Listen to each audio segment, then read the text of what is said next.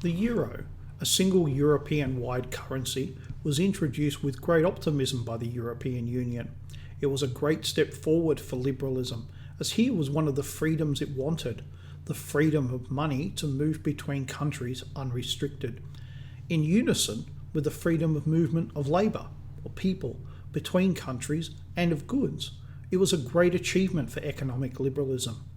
They said it would bring people closer together, that it would increase trade and create a richer Europe. And for a time, that seemed to be true. Trade did increase, and Europe as a whole did get richer. But it wasn't evenly spread, with some countries gaining much more than others. But overall, most people and their leaders were happy with the euro. It gave different advantages to rich and poor countries. Most rich countries had a high rate of exchange for their currency. Most poor countries had a bad rate of exchange for their currencies.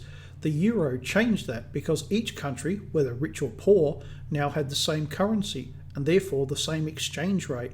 It made business and travel within the eurozone much easier. It also had advantages outside of the eurozone.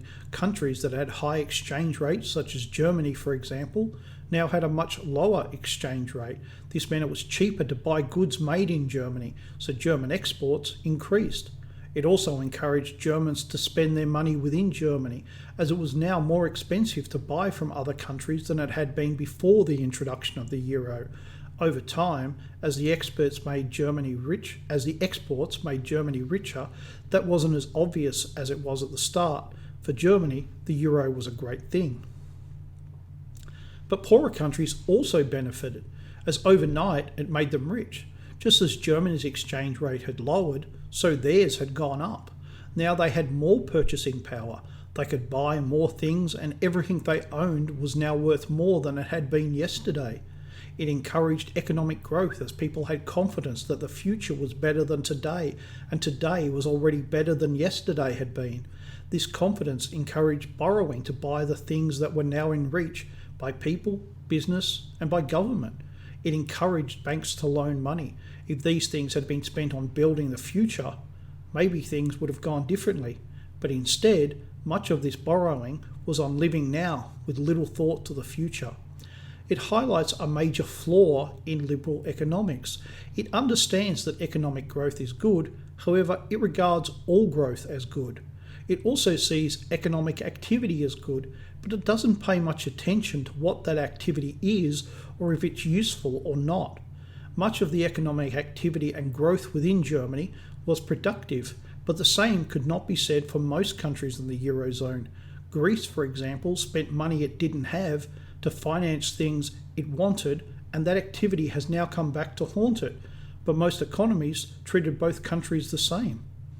In fact, one of the great ambitions of the European Union is to make each European country the same as all the others, to use economics to homogenise Europe into one economy where doing business is the same regardless of country.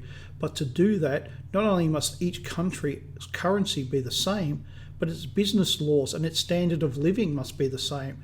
This is why nearly everyone involved in the euro was happy for this growth to be spent on economically unproductive social programs. It was an attempt to use capitalism to finance socialism. Socialism, whether used in the Soviet Union or the European Union or anywhere else, doesn't work for a very simple reason. It takes wealth from productive areas of the economy and spends it on unproductive areas. And when it doesn't work, that's often perversely seen as proof that not enough has been spent, so even more wealth is then spent on the unproductive areas. Over time, it destroys wealth permanently. When Greece could no longer pay its debt, it was offered a way out, more debt in exchange for an austerity program. When Greece got into trouble, it wasn't treated as a part of an integrated Eurozone. No, it was treated as a distinct problem. But liberal economics still ruled. The way to get out of the debt was to give Greece more debt. It's never worked in the past, but that didn't deter anyone. It's now clear that Greece lied to get into the euro, and the rest of Europe was happy to believe the lies, even grateful that it was lied to. Now that has come back to bite everyone involved. Greece should not have been allowed to join the euro, but it was. Greece now doesn't want to continue the austerity program.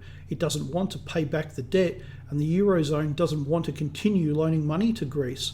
But I believe that they will all continue. It would be better if Greece left the euro and went back to the drachma.